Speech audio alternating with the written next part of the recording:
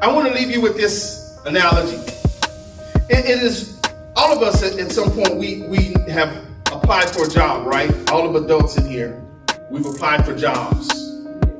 There's a process to applying for a job, right?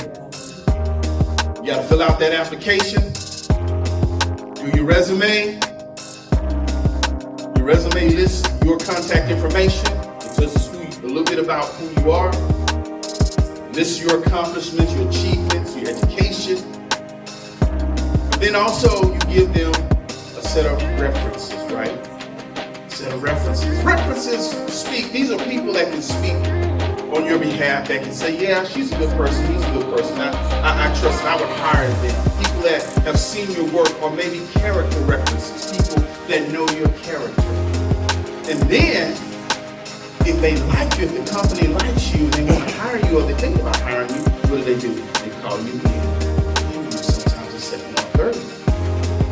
Because they want to get to know you. They want to talk to you. They want to find out. They want to ask you some questions and find out what you would do in certain situations. They want to kind of get a feel of you. I've been through a lot of interviews over the years, so I know. They want to get a feel of you, right? Well, I believe that God wants to apply for the job of Redeemer in your life.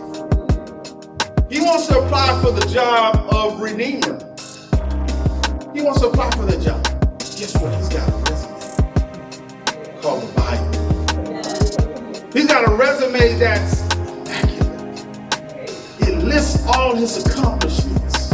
In the resume, it tells us about God, who he is, and it gives us an idea of his identity and what all he's capable of doing. And it helps us to understand what we can do when he's in our life. That's his resume.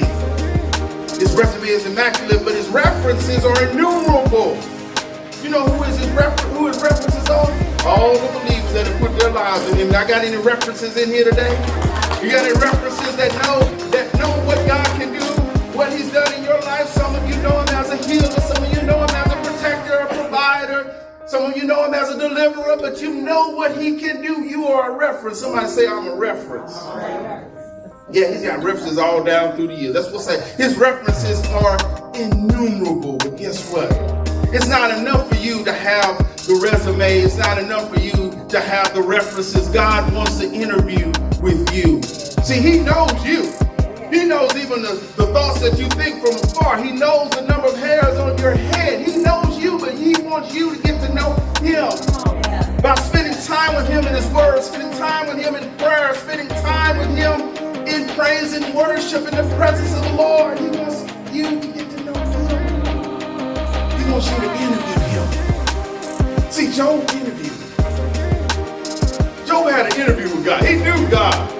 That's how he could say my Redeemer lives. He knew. Job didn't even have the resume like we have the resume, because they didn't have the word like we have the word now. But he knew, because he had been with God.